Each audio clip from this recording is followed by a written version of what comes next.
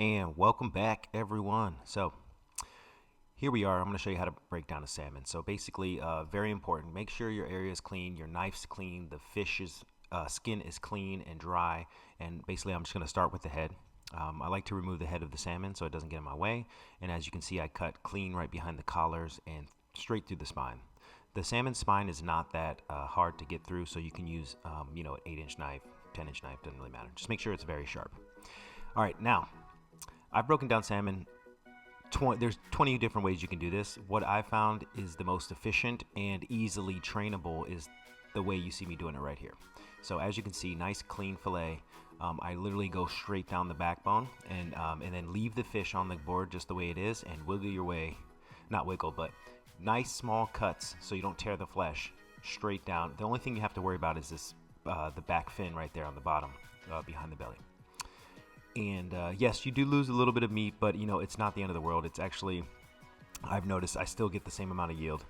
As you can see, I just wiped off the blood that was a little bit left in the spine, but you want to make sure that there's no liquid that's from the guts or anything that touches the actual flesh. If it does, get it off right away.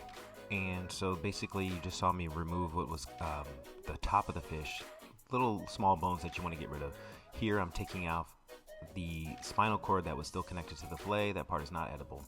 And here's a good example of like not rushing it, right? I would have tore the flesh if I would have just cut straight through. No, what did I do? I felt a little resistance. I stopped. I just went back a little bit further and cleanly took off the belly bones. Now, you can leave this part on, but honestly, I don't need it, so I'm not going to keep it. But I'll show you on the next fillet how to get a good piece out of it. And, it's a delicious part. It's actually like my favorite piece, to be honest with you, from the salmon. All right, so again, keeping it super clean, right?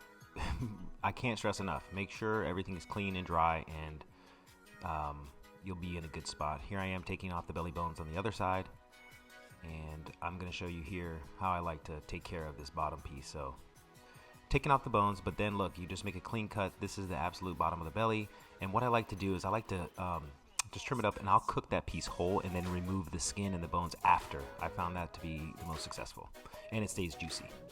Removing some of the spine, like I said, it's not edible. You do get a little bit when you fillet it that way, but it's all good.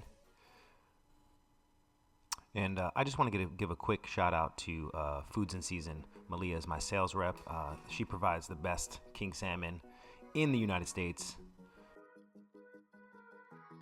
And make sure, like, I angle the fish a little bit, and then what I do is, let the knife do the work, right? So you can see I'm being very gentle.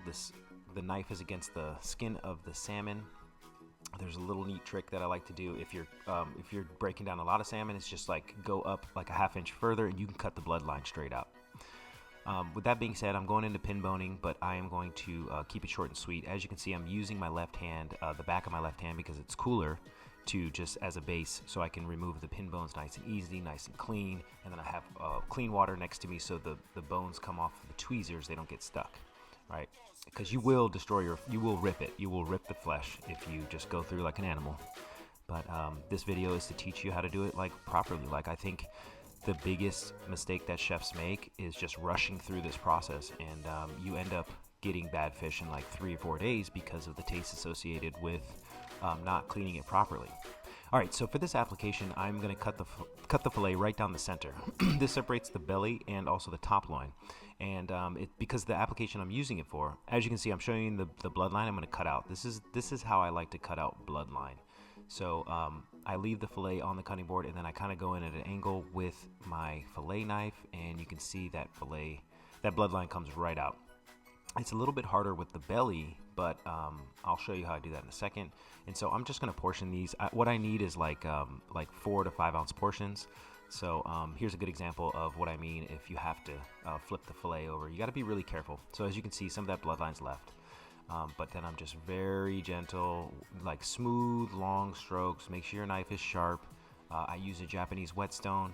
I think that's a key to keeping your knife nice and tight. I'm using a Mizuno knife. I love Mizuno because I'm not married to it if somebody steals it or if I ding it, but it's a great workhorse. All right, so here I go. I'm cutting fillets. I put a little water on the knife just to give it a little lubrication.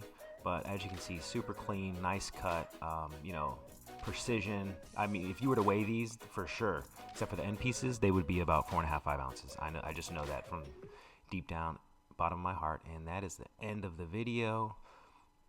And again, I just want to give a big shout out to Malia at Foods and Season. With the previous video, that was the halibut from Foods and Season. This was king salmon from Foods and Season.